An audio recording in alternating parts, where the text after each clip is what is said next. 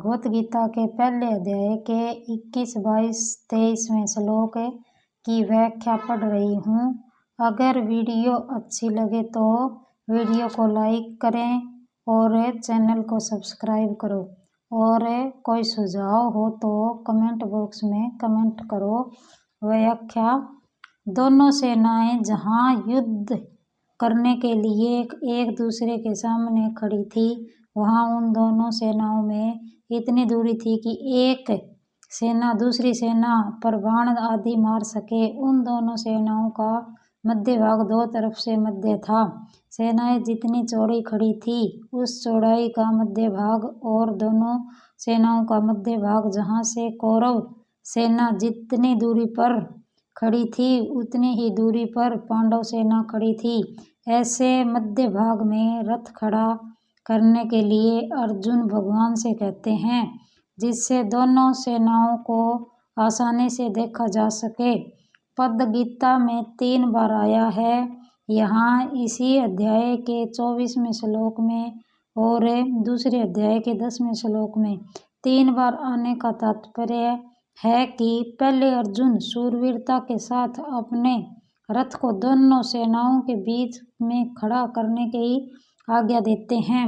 फिर भगवान दोनों सेनाओं के बीच में रथ को खड़ा करके कुरुवंशियों को देखने के लिए कहते हैं, और अंत में दोनों सेनाओं के बीच में ही विषाद मगन अर्जुन को गीता का उपदेश देते हैं। इस प्रकार पहले अर्जुन में शूरवीरता थी, बीच में कुटुंबियों को देखने से मोह के कारण उनकी युद्ध से उपरति हो गई, और अंत में उनको भगवान से गीता का महान उपदेश प्राप्त हुआ, जिससे उनका मोह दूर हो गया। इससे यह भाव निकलता है कि मनुष्य जहाँ कहीं और जिस किसी परिस्थिति में स्थित है, वहीं रहकर वह प्राप्त परिस्थिति का सदुपयोग करके निष्काम हो सकता है, और वहीं उसको परमात्मा की प्राप्ति हो सकती है। कारण कि परमात्मा संपूर्ण परिस्थितियों में सदा एक रूप से रहते हैं। दोनों सेनाओं के बीच में रथ कब तक खड़ा करे, इस पर अर्जुन कहते हैं कि युद्ध की इच्छा को लेकर कौरव सेना में आए हुए सेना सहित जितने भी राजा लोग खड़े हैं, उन सबको जब तक मैं देख न लूं, तब तक आप रथ को वहीं खड़ा रखिए। इस युद्ध के उद्योग में मुझे किन किन के साथ युद्ध करना है, उनमें कौन मेरे समान बल वाले हैं, कौन मेरे से कम बल वाले हैं, और कौन मेरे से अधिक बल वाले हैं, उन सबको मैं जरा देख लूं। यहाँ योद्धु का मन पद से अर्जुन कह रहे हैं कि हमने तो संधि की बात ही सोची थी, पर उन्होंने संधि की बात स्वीकार नहीं की, क्योंकि उनके मन में युद्ध करने की ज्यादा इच्छा है। अतः उनको मैं देखूं कि कितने बल को लेकर वे युद्ध करने की इच्छा रखते हैं। 23वें श्लोक की व्याख्या: यहाँ दुर्योधन को दुष्ट बुद्धि कहकर अर्जुन यह बताना चाहते हैं कि इस दुर्योधन ने हमारा नाश करने के लिए आज तक कई तरह के षड्यंत्र रचे हैं, हमें अपमानित करने के लिए कई तरह के उद्योग किए हैं।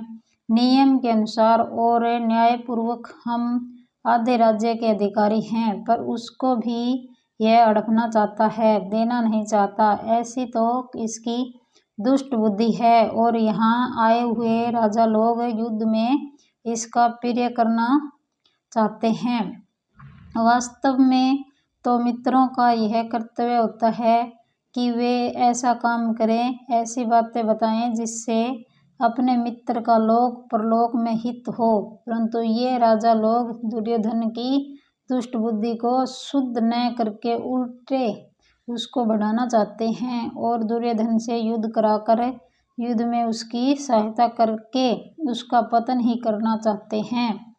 तात्पर्य है कि दुर्योधन का हित किस बात में है, उसको राज्य भी किस बात से मिलेगा, और उसका परलोक भी किस बात से सुधरेगा। इस बातों का वे विचार ही नहीं कर रहे हैं। अगर ये राजा लोग उसको यह सलाह देते कि भाई कम से कम आधा राज्य तुम रखो और पांडवों का आधा राज्य पांडवों को दे दो, तो इससे दुर्योधन का आधा राज्य भी रहता और उसका परलोक भी सुधरता। इन युद्ध के लिए उतावले होने वालों को जरा देख तो लूं। इन्होंने अधर्म का अन्याय का पक्ष लिया है, इसलिए ये हमारे सामने टिक नहीं सकेंगे, नष्ट हो जाएंगे। कहने का तात्पर्य है कि इनके मन में युद्ध की ज्यादा आ रही है। अतः देखूं तो सही कि ये हैं कौन संबंध अर्जुन के साथ है।